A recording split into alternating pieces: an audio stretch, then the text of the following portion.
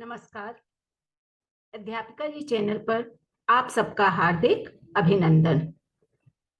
आज हम इस वीडियो में ईमेल लेखन पर प्रकाश डालेंगे।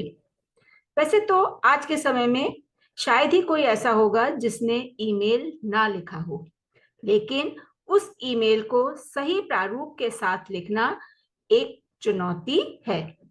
आज के इस वीडियो में हम ईमेल को सही प्रारूप के साथ लिखना सीखेंगे। तो चलिए जानते हैं कि ईमेल कैसे लिखेंगे।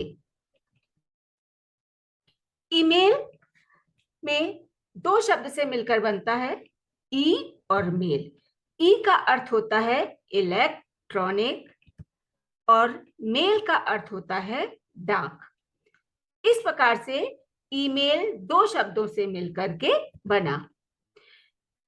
इस प्रकार इलेक्ट्रॉनिक माध्यम से किया गया जो पत्र व्यवहार है वही ईमेल कहलाता है। ईमेल के द्वारा हम अपनी बात को बहुत जल्दी दूसरे तक पहुंचा सकते हैं। यही कारण है कि आज के समय में ईमेल जो है वो बहुत प्रचलित है। ईमेल दो प्रकार के होते हैं, पहला औपचारिक ईमेल और दूसरा अनौपचारिक ईमेल। जैसे पत्र के दो रूप होते हैं, वैसे ही ईमेल भी दो तरीके से लिखी जाती है।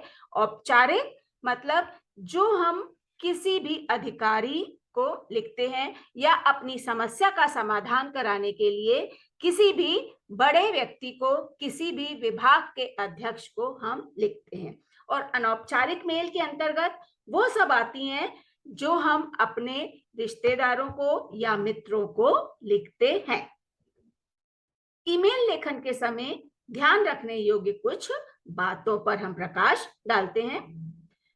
सबसे पहले हमें एक ईमेल लिखने के लिए बॉक्स बनाना चाहिए जो लगभग 20 या 22 पंक्तियों का होना चाहिए। शब्द सीमा लगभग 80 से 100 शब्द की होनी चाहिए। लगभग 20 शब्दों में औपचारिकताएं व शेष शब्दों में विषय वस्तु होनी चाहिए। विषय वस्तु को कम से कम शब्दों में प्रभावपूर्ण तरीके से लिखा जाना चाहिए। दिनांक, समय, मेल लिखने वाले का पता, प्रतिलिपि, गोपनीय प्रतिलिपि, ये सभी लिखना वैकल्पिक है। लेकिन यदि प्रश्न में इस तरीके से पूछ लिया जाता है या प्रश्न में इस तरीके से कहा जाता है तो इन सब के बारे में जानकारी होना बहुत जरूरी है। तो चलिए अब हम देखते हैं कि ईमेल का सही प्रारूप क्या होना चाहिए। ईमेल का लिखते समय हमें सबसे पहले हम प्रेषक लिखते हैं। प्रेषक के आगे जो ईमेल लिख रहा है व्यक्ति उसका ईमेल आईडी डालते हैं। यूं तो जब हम कंप्यूटर पर ईमेल लिखते हैं तो हमारी मेल आईडी स्वतः ही जो है वो वहां पर आ जाती है, लेकिन यहाँ पर हम कंप्यूटर पर ईमेल नहीं लिख रहे हैं, बल्कि प्रश्न पत्र में यदि आएगा ये प्रश्न तो हम अपनी उत्तर पुस्तिकाओं में ईमेल का प्रारूप बनाकर वो ईमेल लिखेंगे। तो हमें ये जानना आवश्यक है कि हम कहाँ पर ईमेल लिखने वाले का मेल आईडी लिखेंगे और हम जिसको मेल लिख रहे हैं उसकी मेल आईडी कहां पर लिखेंगे। क्योंकि यदि प्रश्न में ये आ जाता है कि आपकी मेल आईडी ये है और आपको इस व्यक्ति को मेल करना है, तब आपको प्रेषक के सामने अपना मेल आईडी लिखना जरूरी हो जाएगा। तो इसलिए सबसे पहले हम प्रेषक लिखेंगे, उसके आगे मेल आईडी अपनी हम लिखेंगे, उसके बाद प्राप्तकर्ता का ईमेल आईडी, मतलब हम जिसको ईमेल लिख रहे हैं उसकी मेल आईडी जो है वो लिखी जाएगी। इसके बाद प्रतिलिपि और गोपनीय प्रतिलिपि। प्रतिलिपि मतलब कार्बन कॉपी, कि हमें वो सेम मेल जो है वो किसी और भी व्यक्ति को भेजनी है। ये भी वैकल्पिक है, लेकिन वही है कि यदि प्रश्न पत्र में ये आ जाता है कि आप एक मेल लिखिए और उसकी कॉपी इस मेल आईडी पर भी भेजिए, तो आपको फिर ये लिखना आवश्यक होगा। इसलिए हमें ये पता होना चाहिए कि हमें किसके बाद क्या लिखना होता है।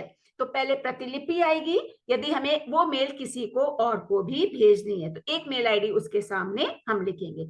मेल आईडी आप जो वास्तव में मेल आईडी है उसको लिखने की कोई आवश्यकता नहीं है। आप कोई भी बना करके एक मेल आईडी जो है वो उसको आगे और @gmail.com करके लिख सकते हैं। उसके पश्चात विषय लिखा जाता है। जिस विषय में आपको ईमेल लिखनी है उसका संक्षिप्त रूप जो है वो यहाँ पर विषय के आगे लिखा जाएगा। उसके तत्पश्चात महोदय हम लिखेंगे, जिसको भी हम लिख रहे हैं मतलब उसके रेस्पेक्ट में हम लिखेंगे। यदि यहाँ पर हम मान लीजिए लिखते हैं सचिव को किसी को लिखनी है तो हम यहाँ पर लिख देंगे सचिव महोदय। यदि हमें मान लीजिए किसी विधायक को लिखनी है मेल तो हम यहाँ पर लिख देंगे विधायक महोदय। उसके पश्चात हम एक पैराग्राफ में जो विषय वस्तु है उसको सारगर्भित शब्दों में यहाँ पर लिख देंगे।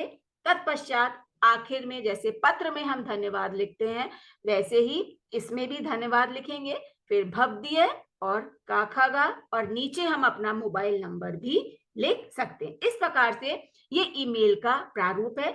अब हम जानते हैं एक प्रश्न के माध्यम से कि हम ईमेल कैसे लिखेंगे। प्रश्न है, अपने क्षेत्र में पार्क विकसित करने के लिए नगर निगम अधिकारी को एक ईमेल लिखिए। हम सबसे पहले क्या लिखेंगे? प्रेषक। प्रेषक के आगे हम अपनी मेल आईडी लिखेंगे। आप यदि नहीं लिखते हैं, प्रश्न पत्र के अनुसार जो प्रश्न पत्र में प्रश्न पूछा गया है उसमें ऐसा नहीं कहा गया है कि आपकी मेल आईडी ये है या आप जो है वो इस मेल आईडी से मेल लिखिए, तो ये आवश्यक नहीं है, आप यहाँ पर प्रेषक लिखें। नेक्स्ट क्या आ जाएगा? प्राप्तकर्ता का जो मेल आईडी होगा। आपको जैसे अधिकारी नगर निगम अधिकारी को लिखनी है तो आप उसके जो है उसके आगे मेल आईडी लिखेंगे। मेल आईडी आप कुछ भी बना करके लिख सकते हैं। इस प्रश्न पत्र में प्रतिलिपि और गोपनीय प्रतिलिपि भी नहीं कहा गया है कि आपको इसे भेजना है, तो ये भी वैकल्पिक है। आप यदि नहीं लिखेंगे तो कहीं आपके मार्क्स जो है वो कटेंगे नहीं। तत्पश्चात आप विषय लिखेंगे। अब विषय के आगे वही संक्षेप में क्षेत्र में पार्क विकसित करने हेतु। हमेशा ये ध्यान रखना चाहिए कि विषय जो है हम उसको संक्षिप्त रूप में बना लें और तब लिखें। तत्पश्चात अधिकारी महोदय, मैं आबासा नगर की पंचशील कॉलोनी का निवासी हूँ। हमारी कॉलोनी के आसपास नगर निगम का कोई उद्यान नहीं है। पार्क न होने के कारण इस क्षेत्र में नागरिक स्वस्थ जीवन नहीं जी पा रहे हैं। सुबह टहलने के लिए पार्क का होना बहुत आवश्यक है। पार्क न होने के कारण बच्चे खेल नहीं पाते हैं। स्वस्थ जीवन जीने के लिए पेड़ पौधे और पार्कों का बड़ा महत्व होता है। इसलिए हम सभी नागरिक आपसे अनुरोध करते हैं कि इस क्षेत्र में हरा भरा एक पार्क विकसित करने की कृपा करें। पार्क विकसित कराने की उचित कार्यवाही शुरू करें ताकि जल्दी से जल्दी पार्क बनकर तैयार हो सके। इस प्रकार से हम विषय वस्तु लिखेंगे और विषय वस्तु में ऐसा नहीं है कि बहुत 2-3 लाइनों में हम विषय वस्तु लिख करके खत्म कर दें। लगभग 80 शब्दों में या 100 शब्दों में विषय वस्तु लिखी जानी चाहिए। तत्पश्चात धन्यवाद, भवदीय और भवदीय के नीचे आप का खागा लिख सकते हैं या लिखेंगे यदि वहां पे कोई नाम नहीं दिया गया है। यदि कोई नाम दिया गया है प्रश्न पत्र में तो आपको भवदीय के नीचे वही नाम जो है वो लिखना होगा। इस प्रकार से हम बहुत सरल तरीके से ईमेल को लिखना सीख सकते हैं। आशा है आपको अब ईमेल लिखना पूरी तरीके से समझ में आ गया होगा और आपको ईमेल लिखने में किसी भी तरीके की कोई दिक्कत का सामना नहीं करना पड़ेगा। अगले वीडियो में अगले विषय के साथ हम पुनः मिलेंगे। तब तक के लिए धन्यवाद।